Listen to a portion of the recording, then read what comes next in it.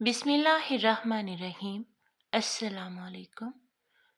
میں آج پورے 2 سال کے بعد اولڈ ہوم کے مین گیٹ کے سامنے کھڑا تھا۔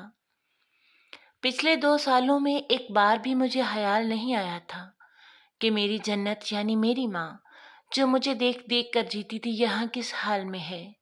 میں تو شاید ابھی بھی اس طرف کا رخ نہ کرتا، مگر میری زندگی میں اچانک آنے والے طوفان نے خود بخود میرے قدم اس طرف موڑ دیے تھے۔ مجھے آپ سب کی سپورٹ کی ضرورت ہے، پلیز چینل کو سبسکرائب کر دیا کریں۔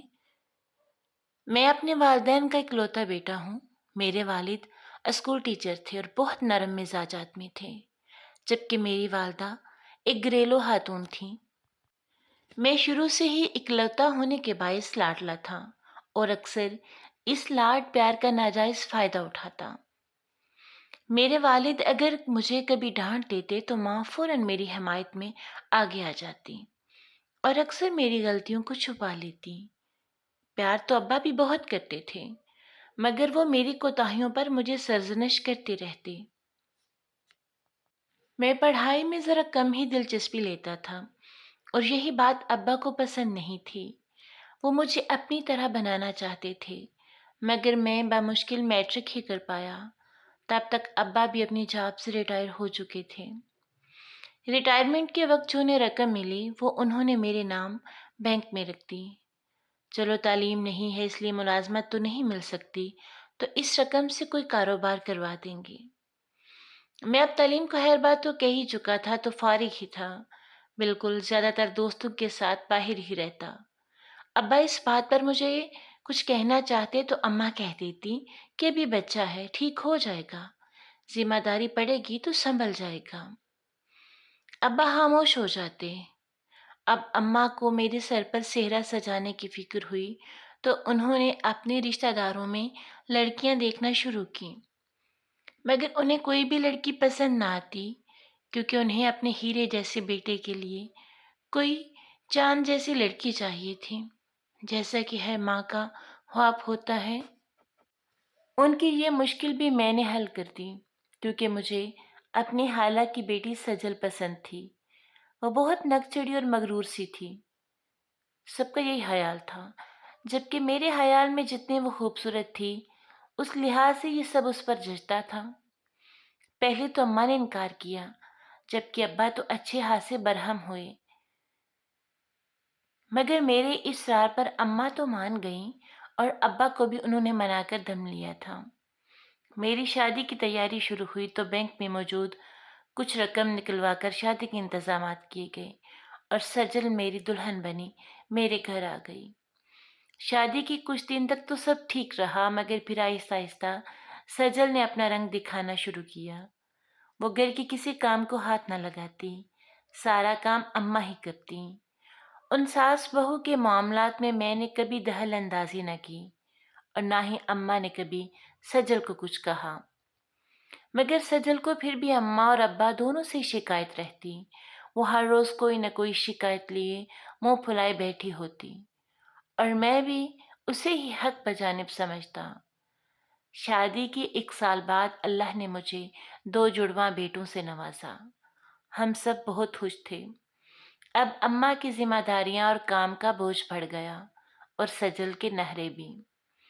اب اکثر شکایتی نظروں سے مجھے دیکھتے، مگر مجھے کب پرواہ تھی۔ دن گزر رہے تھے۔ میں نے اپنے ایک دوست کے ساتھ مل کر پراپرٹی کا کام شروع کیا تو بینک میں باقی جو رقم بچی تھی وہ بھی نکلوا لی۔ کام اچھا چل پڑا۔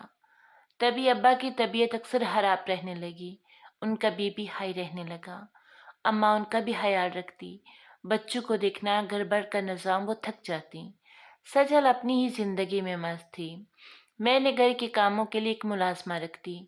اب کسی حد تک اماں کی ذمہ داریاں کم ہو گئیں، مگر ابا کی بگڑتی صحت نے اماں کو پریشان کر دیا تھا اور ایسے ہی ایک روز ابا ہائی بلڈ پریشر سے دماغ کی نس پھٹ جانے پر اس دنیا فانی سے رخصت ہو گئے۔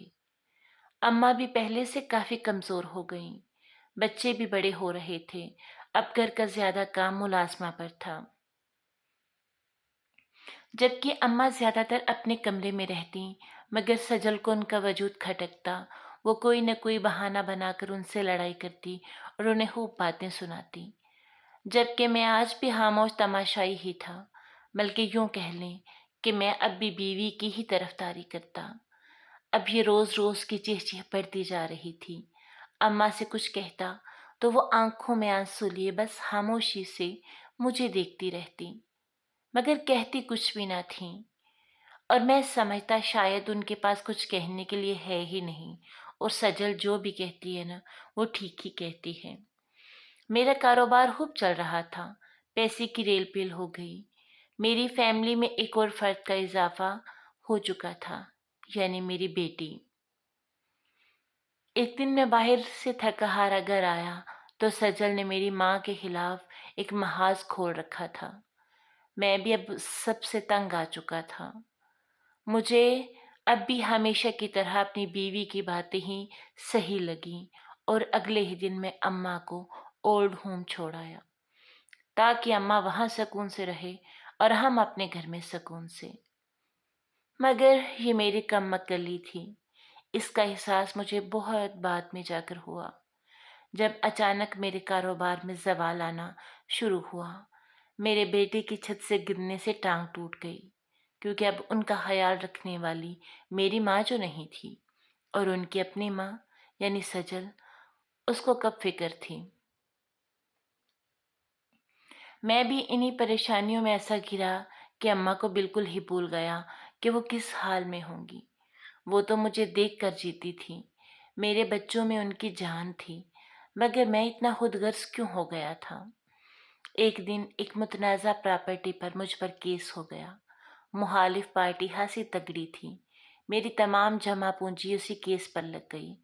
مختصر یہ کہ گھر میں بھوک اور افلاس کا ڈیرا ہو گیا۔ بیماری اور مصیبت نے مجھے ہر طرح سے گھیر لیا، مگر مجھے اب بھی ہوش نہ آیا۔